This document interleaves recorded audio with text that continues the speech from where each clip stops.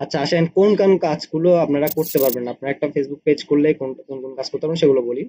আপনারা অনেকেই আছেন ফেসবুক পেজ করলে সবার প্রথমে আপনারা আপনাদের আত্মীয় স্বজন যেগুলো আছে বন্ধু বান্ধব সকলকে ইনভাইট করে দেন। সেগুলো কোনো কিছুই করা যাবে না, কারণ হচ্ছে যে সেগুলো করলে আপনার মানে গ্রোথ আর হবে না। অর্গানিকলি একদম গ্রোথ হতে হলে কোনো ফ্যান ফলোয়ার জিরো থাকুক, জিরো অবস্থা আপনি ভিডিও আপলোড করতে থাকেন, আস্তে আস্তে ফেসবুকে একজন দুইজন তিনজন চারজন এভাবে রিচ করতে করতে করতে আপনার অডিয়েন্স রেডি হয়ে যাবে। আপনার অডিয়েন্স আপনাকে ফলো করা শুরু করবে। আপনার কন্টেন্টের উপর ফোকাস করতে হবে যে আপনার কন্টেন্টে কোথায় আরো গ্যাপ আছে, মিসিং আছে, ওইসব দিকেও ফোকাস করতে হবে। তাহলে আস্তে আস্তে কন্টেন্ট আপনার উঠে যাবে। হ্যাঁ, আপনি আবার এমনও না যে এইসব গাইডলাইন ফলো করলেন কিন্তু আপনি কন্টেন্টের দিকেও টপিকের দিকেও লেখার দিকেও ওইসব ফোকাস করলেন না, তাহলে কিন্তু হবে না।